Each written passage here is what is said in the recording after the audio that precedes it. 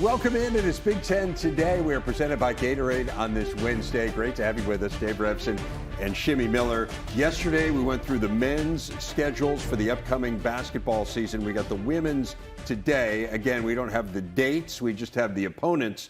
And whereas there was a little bit of a drama with the men because you have the 3-2 plays and not all of them are set. With the women, there really is no drama. Right. You've got the drama. 1-2 play. You know who it's going to be against because it's the same team as last year, and then you just flip the home and away. If you were in LA last year, you know you're home this year. Of course, I still think UCLA and USC are going to be two top-tier teams. You want to play them at home, but then you've got your natural rival game on the women's side. Yeah, so less drama. So we'll flip it a little bit and do a little more insight into these teams, get some lists from Shimmy in terms of the teams she's watching, who did well in the portal, all of that stuff coming up. But our big story, again, is the women's hoops. And let's look at the schedules, and we'll certainly do it with every team. But again, if you were following along last year, you know what the schedule is this year. UCLA made its first ever NCAA Final Four last season. They play USC twice. And then the home and road games, again, simply flipped from last year with the other 16 teams. Key home games include Maryland and Iowa. They travel to Michigan. And Shimmy's put together teams to watch. And this is the first among your teams to watch, and with good reason. Obviously, a team that made it to the Final Four, as we said a year ago. They did have some players transfer out. Again, that's everywhere. I mean, maybe with one exception, I think that we'll get to in the Big Ten. Everyone has players go in and out. But I know this is a team that many people feel once again can be a Final Four contender. So you talk about the portal and what UCLA lost. So let's start with that. They did lose 6 players to the portal. So it's not a bad thing anymore. There used to be a stigma about losing players to the portal. Players leave now for many reasons because they can. So let's get rid of that. It's not a bad thing they lost 6 players. They lost 6 players. Some of those players were players that didn't play a lot because it's hard to crack into that rotation. Remember, UCLA spent 12 weeks as the #1 team in the country. 2 of the players, though, I am a little concerned about. They lose London Jones, who's their best 3-point shooter. They also lose Janiah Barker, who was the Big Ten's reigning 6th player of the year. So you lose those 2, and they don't have anyone coming in. They did not sign anyone out of the portal, which is a little concerning. So that's the bad news for UCLA. Good news, they returned their core, including National Player of the Year candidate Lauren Betts. They've got Kiki Rice. You know, you have Angela Duglich, who's decided to come back for a rare 6th year. And then they also have the #2 ranked player in the country coming in, Sienna Betts. So I want to keep my eye on the defending Big Ten tournament champs, UCLA. Yeah, no doubt. And yeah, you mentioned Sienna Betts, Lauren Betts' younger sister. And then Charlize Ledger-Walker sat out last year, and she's a really key transfer who was a great player 2 years ago. So I realize she didn't come in the portal this year, but that is an addition to the team this year that will help them immensely. Each day, someone new from UCLA entered the portal, and everyone was in uproar. Calm down. Corey Close is a great coach, but this is definitely a team to keep your eye on. Another team to keep your eye on as we head cross town would be their rivals in USC. Again, they play literally the exact same schedule as the Bruins. 2 play against UCLA, and then the same home and road opponents. Remember, the Big Ten structured the travel in such a way, as Shimmy mentioned, that every team that heads to LA plays both schools. So if those 2 end up separated by a game in the standings, we cannot say one of them had the easier road. Let's take a look at how the portal impacted the Trojans. London Jones, we already mentioned her. She is coming over from the rival Bruins. Also got an all-ACC pick in Cara Dunn. The issue, of course, is the departure of Kiki Iriefin to the WNBA. And then the injury to Juju Watkins, and to leave that for when I did is perhaps bearing the lead. The torn ACL. To me, this is the biggest wild card, right? Because you just don't know. Will she come back at some point next year? Will she sit out the whole year? It just changes the complexion of this team so dramatically. Her camp is being very mum on that, and as they should. It's still way too early to tell, and you're talking about someone who has so much to risk if she does come back early. But, we talk about great coaches in this league. I think this league from top to bottom, full of great coaches, none better than Lindsey Gottlieb. And what she was able to do the entire season, who knows what kind of postseason they would have had Juju not gone out. I am concerned about losing Avery Howe, and they lose Heckel. They lose 2 freshmen of this very talented freshman class. Howe pops over to University of Washington. They get London Jones to replace some of that shooting that they're going to lose. Heckel was a really good defender who, would have played a more prominent role in their rotation this season. And you couple that with what they lost to graduation with Rhea Marshall and Kiki. So it'll be interesting to see what Lindsay does. Now, here's something else that they lost to the portal. They lost an assistant coach to the coaches portal. Very important assistant, Wendell Farrell, who's been with Lindsay since she was at Cal. He's over at South Carolina now, and I know that he was a great recruiter for Lindsay, and he was also very, very good post coach for her as well. Speaking of great recruiting, they bring in Jazzy Davidson, who is considered by some to be the best freshman in the country next year, depending on the recruiting rankings that you follow. So they have a pretty good track record with good young players. She's a great coach. Great coach. No doubt. Let's check out Indiana and the Hoosiers again. They play that natural rival in Purdue twice. They play a number of the best teams on the road this coming year, traveling to Maryland, UCLA, USC. They do get Iowa and Michigan at home, among others. A lot of player movement for Terry Morin's team. Maybe the biggest surprise, at least to outsiders, the departure of Yarden Garzone, who is leaving for Maryland. They do have 7 players coming in as of now, including a pair of top 100 freshmen. You have Shea Chesky, who, remember, transferred herself earlier from Penn State back as a team leader. But what do you make of the Hoosiers? They lost a lot. They lost a lot. And Terry Morin, she's always done a good job of getting 1 or 2 pieces from the portal to complement, to fill in. Well, in this case, she's had to recruit almost an entirely new team. And so I don't think she's been in that position since this whole portal movement and portal craze has started. So I'm going to be really curious to see. I mean, she did bring in several players from the portal. Most of them, with the exception of Kiaku from Duquesne, were all role players. Now, they came from Power 4 schools, but they were role players. And so you never know how a horse is going to pull till you hook them to a heavy load. That's what my mom used to say. So, I am very curious to see. This is an Indiana program that's been near the top of the standings for the last 5 years.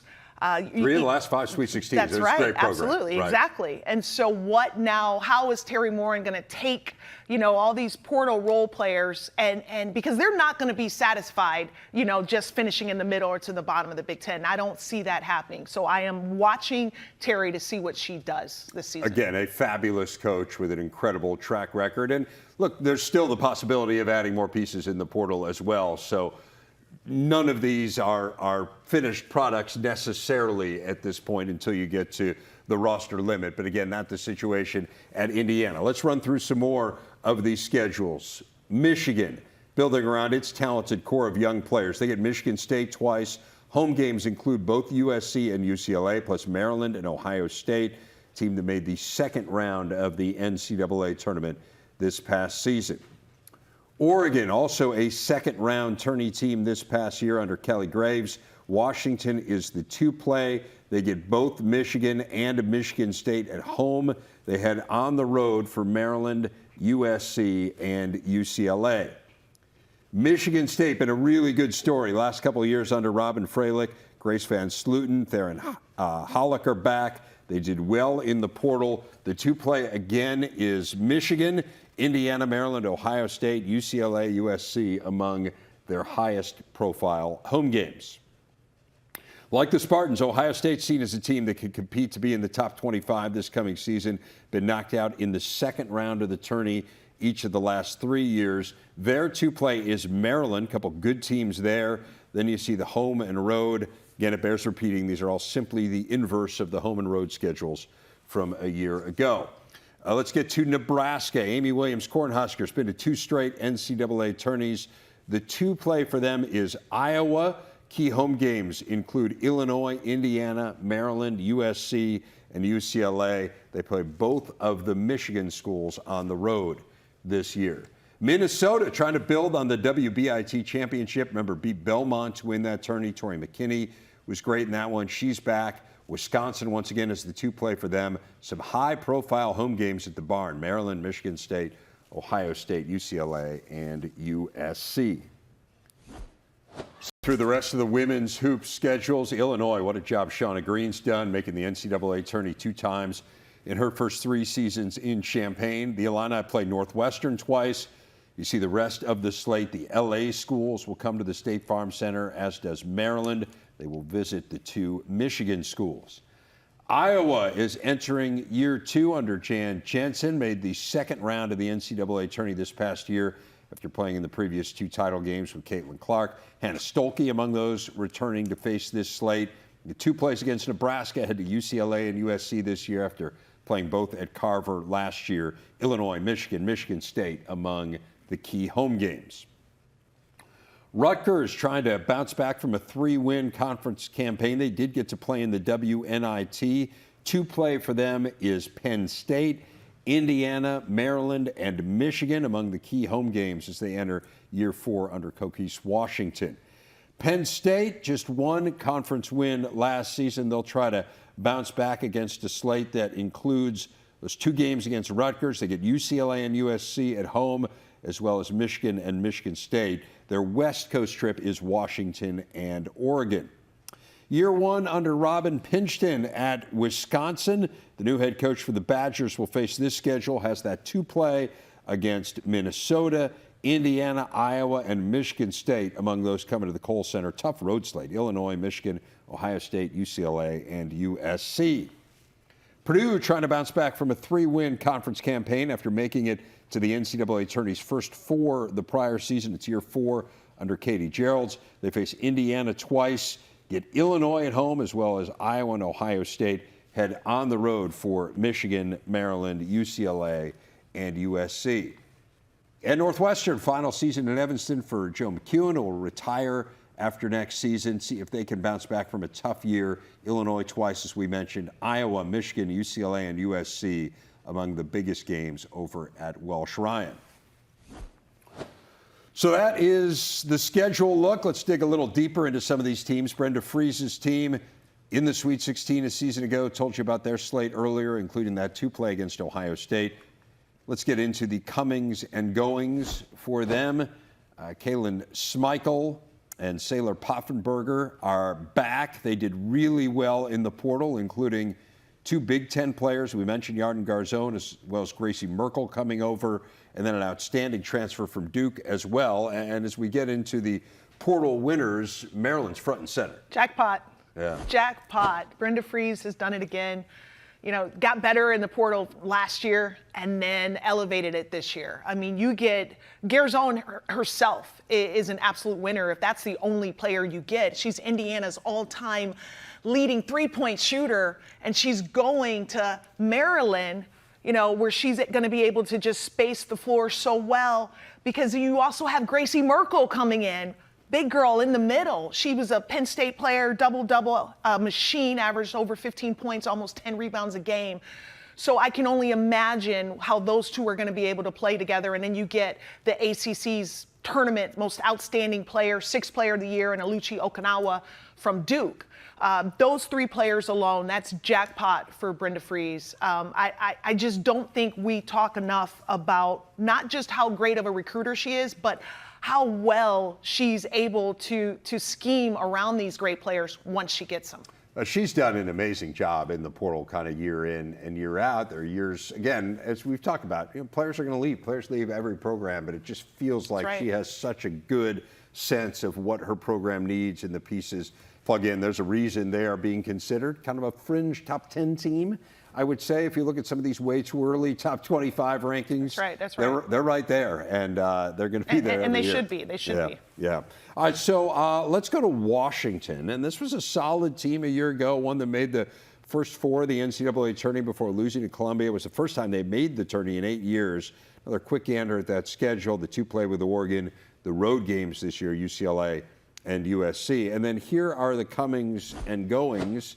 And I guess that you are probably more focused on the retention here, Shimmy. We say the portal swings both ways, but in this case, they did not have a single player leave in the portal, right? I mean, they either went to the WNBA or 2 players graduated. So is that what makes them a portal winner? Yes, their portal door is Swings one enter, way. is enter only, no exit. They lose Delia Daniels to the WNBA, a post player, all conference post player. That hurts them, but they get Grabowskaia from University of Michigan, one of those intra-conference transfer portal kids, and I think that helps fill the gap. But what I really like about Washington is they bring in Avery Howe from USC. So if you recall, Washington last year, they led the Big Ten in three-point shooting. So now you get Avery Howe, another big guard who can defend, who can knock down the three, that really complements the perimeter players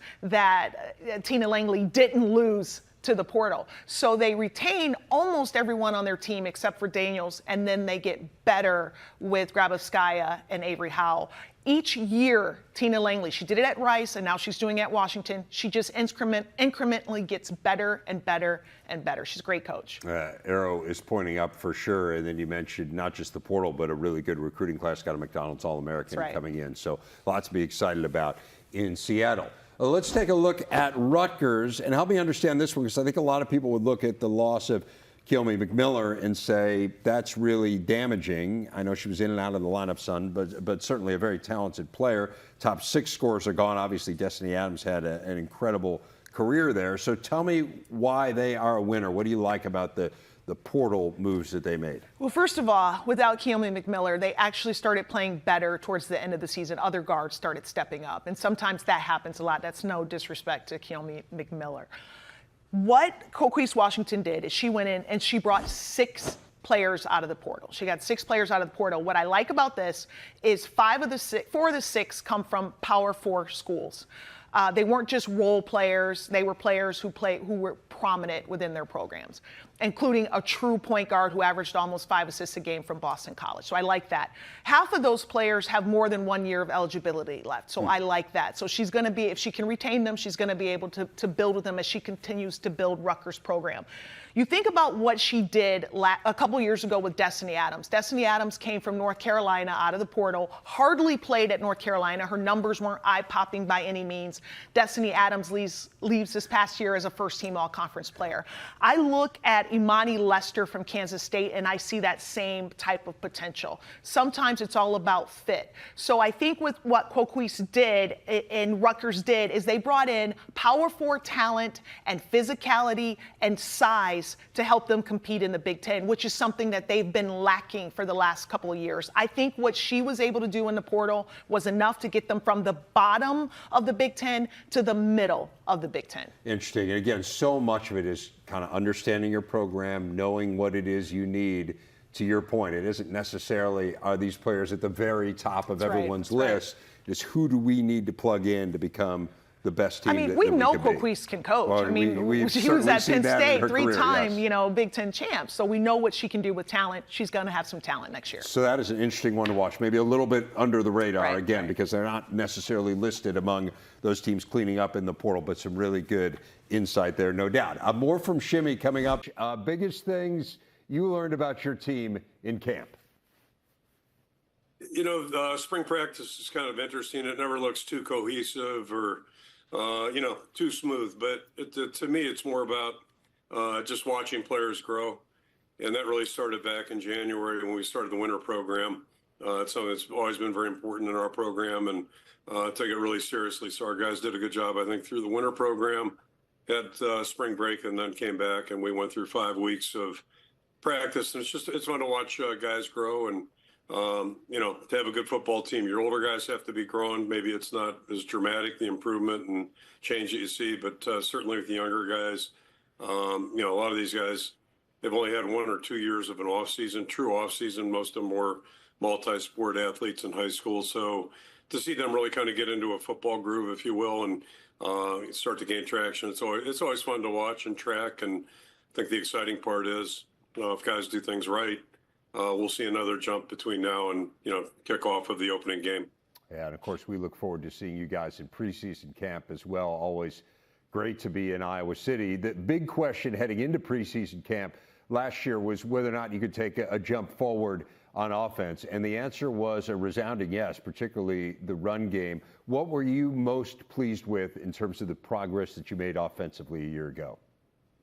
Yeah, not to give you too generic of an answer, but really over the years, if our offensive line plays good, and our quarterback plays good, then we've got a chance to maybe do some things. And last year I think we got part of that equation the way we wanted. The offensive line felt good about it going into the season. We're a lot more veteran and a lot healthier than we had been the previous couple of years, and that's been something we've been working through for a couple of years. And I think it came to fruition last year.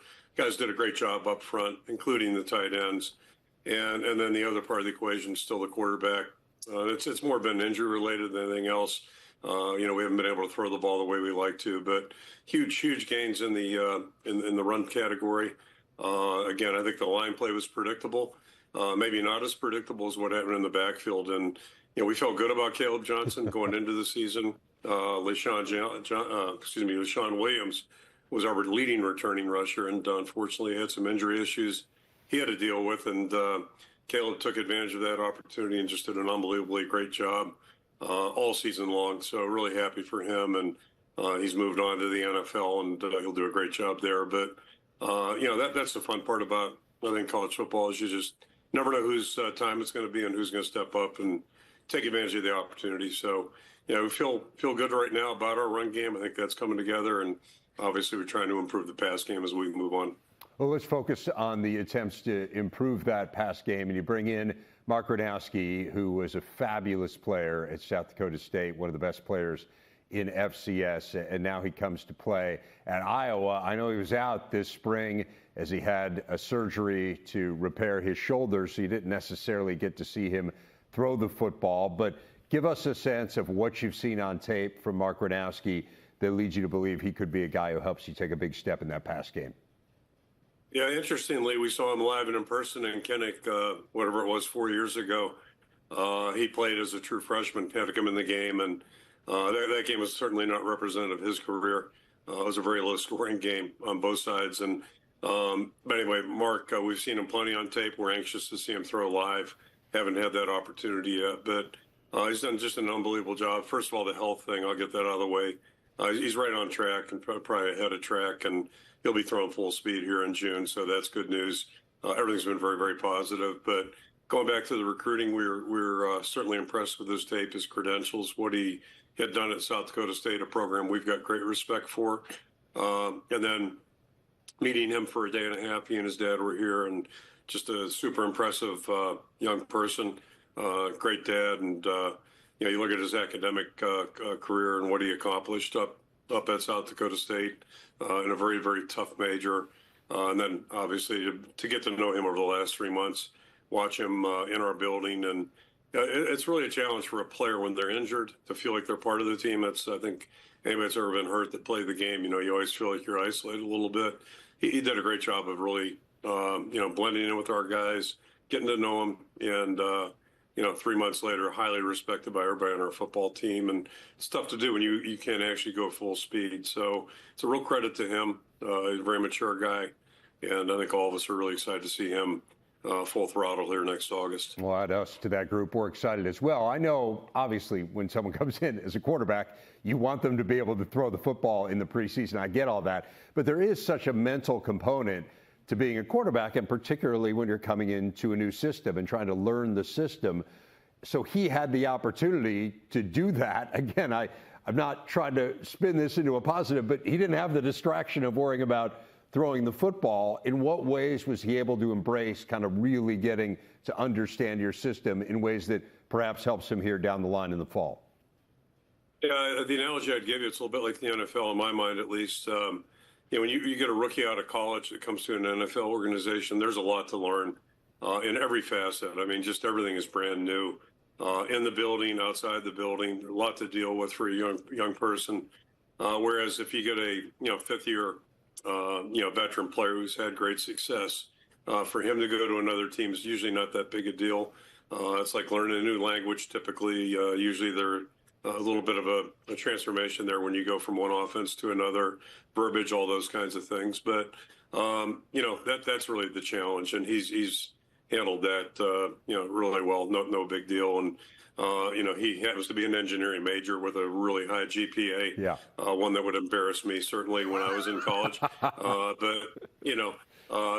doesn't always translate to football knowledge or learning. And he's got the ability to do both. So, yeah, we're really comfortable. Once he gets out there and just starts going, it's going to be a pretty seamless transition for him. And really excited about that. And then we were able to keep Tim Lesser off the road this past January. So Tim spent a lot of time. They spent a lot of time one-on-one together, and that was really helpful too. So I feel really good about that. I don't see that being a big issue at all. You mentioned Caleb Johnson, an amazing year last year, and as you said, maybe somewhat unexpected. Certainly we had seen flashes of greatness from him earlier in his career, but ended up as one of the best running backs in the country. So give us a little insight into that spot in that room this year. I mean, I know Kamari Moulton, Jazzy Patterson, both back. What do you expect from the running backs?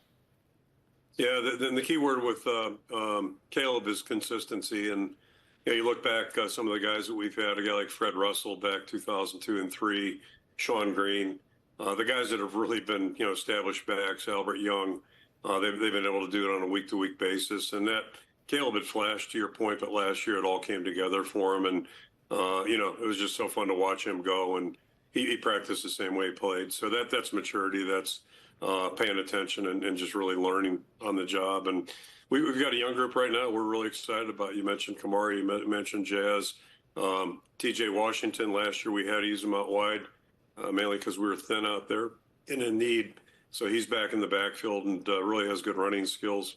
Obviously a good receiver because we had him out there last year for obvious reasons. So those three guys form a really good nucleus. Xavier Williams, Brevin Dahl, 2 freshmen that were with us last year have really impressed us. Xavier more so because Brevin had some injuries. But I think it's a healthy room right now. I'm not sure what the breakdown will be or how we're going to divide things. That'll probably work itself out in August, and certainly once the season gets going, when we see guys in live action, we'll figure that out. But both Kamari and Jazz have played significant snaps this past year, Jazz past 2 years. Coach, with the new 12-team playoff format in college football, I mean, you guys are being mentioned as one of those teams that could challenge for that this year. To what extent, if any, does that change your mindset and your approach when you enter a season, knowing the goal is to be in that top 12? Yeah, it really doesn't change anything. One thing I had to figure out, there's been, countless debate prior to me coming to Michigan or back to Iowa here, and then certainly prior to, just college football in general. There's always debate about schedules, what the playoffs should look like, all that. And I know we're in a period of transition right now. My guess is it's going to continue to transition for a while. But long story short, when we shifted to the expanded playoffs, that kind of became the new standard, I guess, for a lot of people on the outside to set bars and judge all that type of thing. I remember when, playing in January Bowls was a big deal. So whatever the criteria is, it is. But, our goal has been pretty consistent for quite some time. It's just to try to maximize every opportunity we can. And at the end of the year, you go back and you look and, I guess you're doing it during the year too, but certainly in the offseason, you go back and look, where do we come up short? If we did, and then, what were the causes? What were the reasons? How can we improve? So, the goal still is the same, is try to go out there every year and, first of all, understand and appreciate that every game is going to be a challenge. And really everybody starts at on the same, starting line in August. So every game is going to be a challenge, and we need to get ready for each and every one. It's always kind of been the way it's been here. And that's one thing I do know about a little bit is, Iowa football, and it's been that way since 1981. You got to do your best to be ready, and then you got to be ready when the kickoff comes around. So if you do that, one thing that hasn't changed: the more you win, the better things are, and the more you lose, the less fun it is. So that's been a constant, and that's kind of what we look at. Well, obviously a lot more winning than losing in your tenure. And Coach, we really appreciate your time as always. Kirk Ferentz, head coach of the Hawks. We'll see you soon, Coach. Always good to visit. Thanks, Dave. Washington head coach, kind enough to join us. Coach, looking forward to that spring game. We are in a time now where a lot of people have shied away from doing a spring game, and not only are you doing one, but you have had your practices open to the public and the media as well. Tell me why, in a time where others are saying they want to keep everything under wraps, you were more open in this preseason. Yeah, I don't really know, what other people's motives were. And I don't, it's not my place to decide what they should or shouldn't do. I just feel like in our situation, the way I see NIL going, the way I see the future of college football going, we need the fans to see our players. We need them to engage. We need the media to write about our players. We need the community to want to get to know our kids. So when we get to this world of real NIL, these guys are well known, and we have more community people that want to help our kids. On top of that, who wants to have a boring practice every day? Like, I like seeing people. I think it's good for our kids. They don't play any games in front of no one. So why not keep going? So it culminates in the spring game on Friday, as I mentioned. What are the biggest things you're interested in seeing from your team in that game? Well, most important thing is we got to stay healthy. We're certainly going to do everything we can to do that. But we're going to play the game of football. We're going to tackle. We're going to play, we're going to play 3 quarters. We're going to play a first quarter, a second quarter, and then a fourth quarter because we want the game to be about an hour and 45 minutes. We split the team up in half. If the starting left tackle is on one team, the starting left guard is on the other team.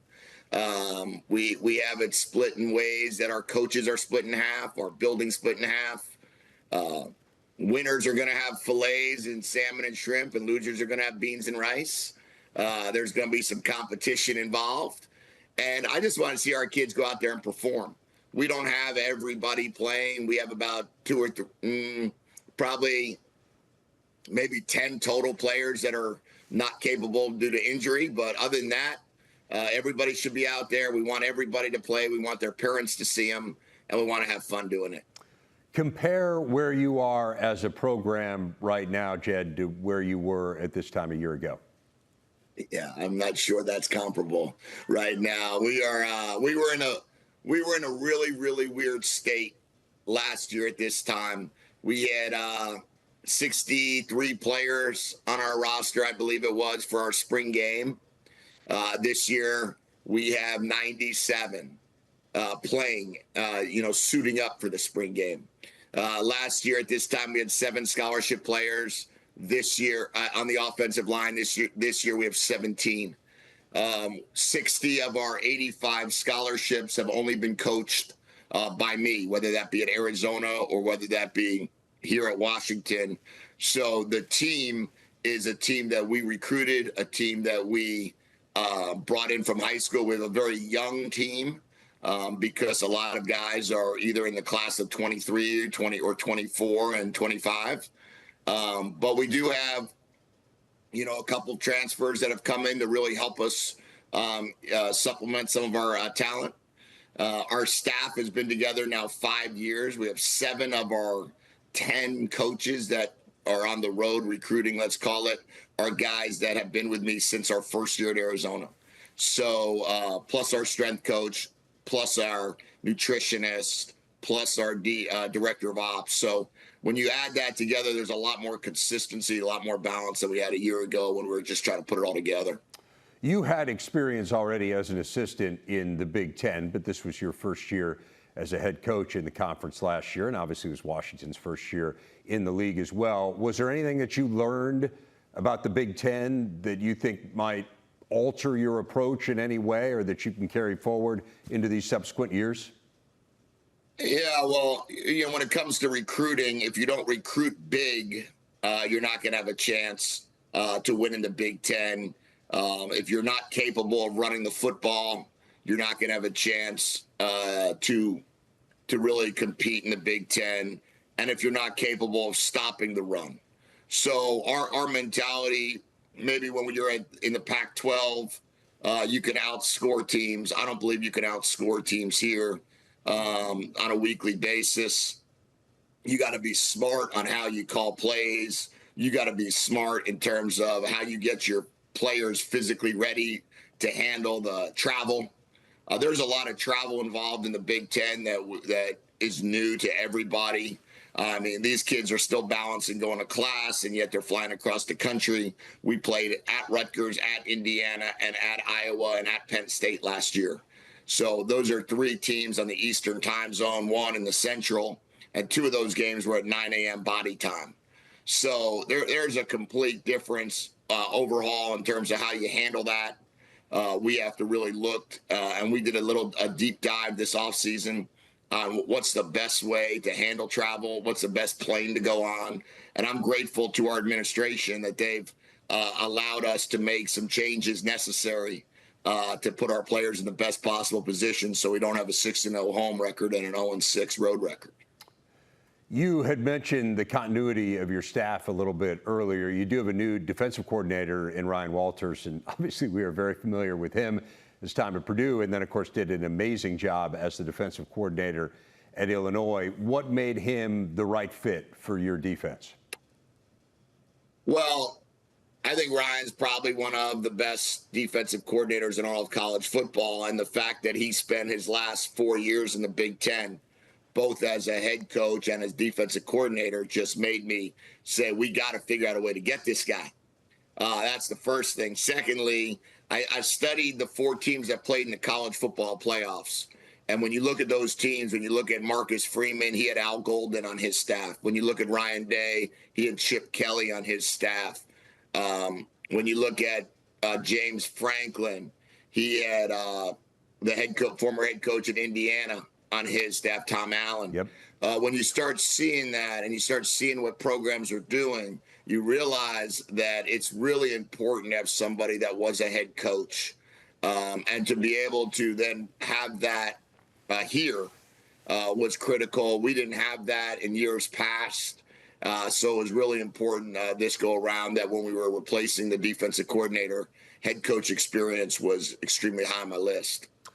Coach, I'd be remiss if I didn't ask you about Damon Williams. You made the switch late last year. Man, he played fabulously in the bowl game. The talent is just oozing out of him. Where have you seen the biggest jump from when we last saw him to where he is now? Yeah, when you look at Damon, you're talking about 14 practices a year ago to a spring game. And now you're talking about a whole spring, a whole summer, a whole season where he played in every game, a season where he started the last 2 games, had a tremendous bowl game, and then he did a lot of great things against Oregon, too. I know the outcome wasn't what any of us wanted, but he did a lot of great things. He learned a ton. And then now you have another offseason, another set of 14 practices. He's so far more advanced than he was when he walked in the door last March here. And, he wasn't even able to be here for the first 9 weeks of the offseason last year. So his first day with us was the first day of spring ball last year. So when you start adding it all up, we're in a great spot with Damon. Damon's an incredible talent. He's going to be a great talent for the Big Ten, a great talent for Washington Husky football for the years to come. But we're really looking forward to watching him and bringing him up to Media Day this year and letting really the world get to meet him. I can't wait to see him in action coming up here on Friday on the Big Ten Network. Coach, really appreciate your generosity with your time. Great to talk to you, and we'll see you down the line here in the offseason. Thanks, Dave. Appreciate it, man. We'll talk to you soon. Wrapping things up here on Big Ten today, we got our Gatorade game leaders, the Women's Lacrosse Award winners. These were announced yesterday by the conference. Northwestern's Madison Taylor, the Attacker of the Year, after leading the country with 125 points for the Big Ten regular season and conference tourney champs.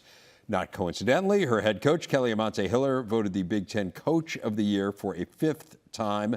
Maryland's Corey Edmondson, the Midfielder of the Year, leading the Terps in points and goals. Edmondson's teammate, midfielder Kayla Gilmore, the Big Ten's Freshman of the Year. Johns Hopkins' Regan O'Brien named the Defender of the Year. She set an NCAA single-season record with 85 caused turnovers. And Michigan's Erin O'Grady won her 2nd straight Goaltender of the Year award. Congratulations to all of the winners. And as we wrap things up here with Shimmy, got a few minutes left here. I want to go through. We saw the schedules. Again, that wasn't any surprise reveal today, but it gets you thinking about Big Ten women's basketball heading into the year, and certainly to see the comings and goings in the transfer portal. So you put all that together, and your best team in the Big Ten next year is, drum roll please, Maryland. Maryland. Okay. Remember last year? That might surprise some people. I think a lot of people would say UCLA, right? Yeah, okay. Of course. Tell me why. And they're right up there. They're right Right. up there. Maryland's 1, UCLA's like 1A. Okay. But first of all, Brenda Frese can coach. So the 3 teams that I'm going to talk about, they all have great coaches. And I think that's important because I don't care how much talent you have. If you can't coach that talent, it's just wasted talent. But she got the talent to supplement her coaching. She has size on the perimeter. She has shooting. She has depth now. And don't forget, Bree McDaniel is coming back. Maryland was a top 10 team in the country. Bree McDaniel goes down with an ACL injury. Maryland starts to slide a little bit. They were kind of hobbled there, and then they finished very, very strong. And then they played their way into a Sweet 16. They're going to have Bree McDaniel back. Bree McDaniel is the energy, the heart. She probably would have won Player of the Year and Defensive Player, but she's back now along with Yarden Garzone and Gracie Merkel and everyone else that they retained. Sailor Poffenberger that you've already talked about. So Maryland is right up there at the top for me. And to your point, Brenda Frese, the track record's incredible, including a national championship, 3 Final Fours. Right. So we'll see whether she can get to a 4th next year. Definitely a team that would have a shot. UCLA got to the NCAA Final Four for the first time under Corey Close. You have them behind Maryland. Are they the next best team coming into next year, in your opinion? In my opinion, yes. And it really comes down to like depth for me. UCLA, they lost a lot in the portal, and everyone lost a lot. There's only 3 teams in the Big Ten that didn't lose anyone to the portal: Oregon, Nebraska, and Washington. UCLA lost several key role players to the portal, and as of right now, they have not replaced that. Now, they do have a very talented freshman coming in, the #1 ranked freshman in the country, and they have their core. Lauren Betts is one of the best players in the country. She's the best post player in the country. Arguably, Kiki Rice is really coming along and really in her role as a point guard, but they just don't have the depth that Maryland has right now. So they are second. Who would be your 3rd team? Ooh, and I'm not a homer, I promise, I'm not. It's University of Michigan. Remember how well University of Michigan did? No one had Michigan picked to do as well as they finished last year. And Kim Barnes-Arico kind of snuck up on everyone. She started 3 freshmen. This was a team who lost 7 players to the portal the year before. Replaced them with a great freshman class, but they were freshmen. But we haven't seen freshmen that good in Ann Arbor since the early 90s. Chris Webber and those guys, I don't know if anyone's heard of them. That was a pretty good group, yeah. So you've got your core freshmen coming back, and then you went into the portal and you bring over Kendall Dudley from UCLA, who was a role player at UCLA, but she was a 5-star All-American coming out of high school. She's a competitive kid, a coach's kid. And then you go and you get the Patriot League Player of the Year as well. So Kim Barnes-Arico, another great coach, who has just found a way to win, and she does it. I like the way Kim Barnes-Arico does it too, because she really tailors to the players that she had. Last year, she didn't have any depth in the post, so they played 5 guards. This year, she's going to have more depth in the post. Minute or so left. Any big picture thoughts on scheduling? Yeah, I think we are to the point now in the conference, especially when so much on the women's side is at play depending on your conference schedule. And what I mean by this is, for a lot of people that don't know this, the top 16 teams in the country get to host the first 2 rounds of the NCAA tournament on the women's side. So I know right now we're doing the home and away. You play every team home and away. But each year, it varies each year. What I would like to see is that rotating. Instead of playing your natural rival, I'd like to see a rotating opponent that you play home and away. And this is why. It really behooves a team like Illinois or Minnesota, who's in that top 25, and they get to play a team in the bottom part of the conference twice, versus a team like Maryland, who you have to play Ohio State, 2 top 5, 2 top 10 teams going at it twice a year. It could really cost you in the NCAA tournament. Yeah, I mean, look, unbalanced scheduling all over in sports. I hear you. I like the rivalries, but I hear where you're coming from. Thanks for watching.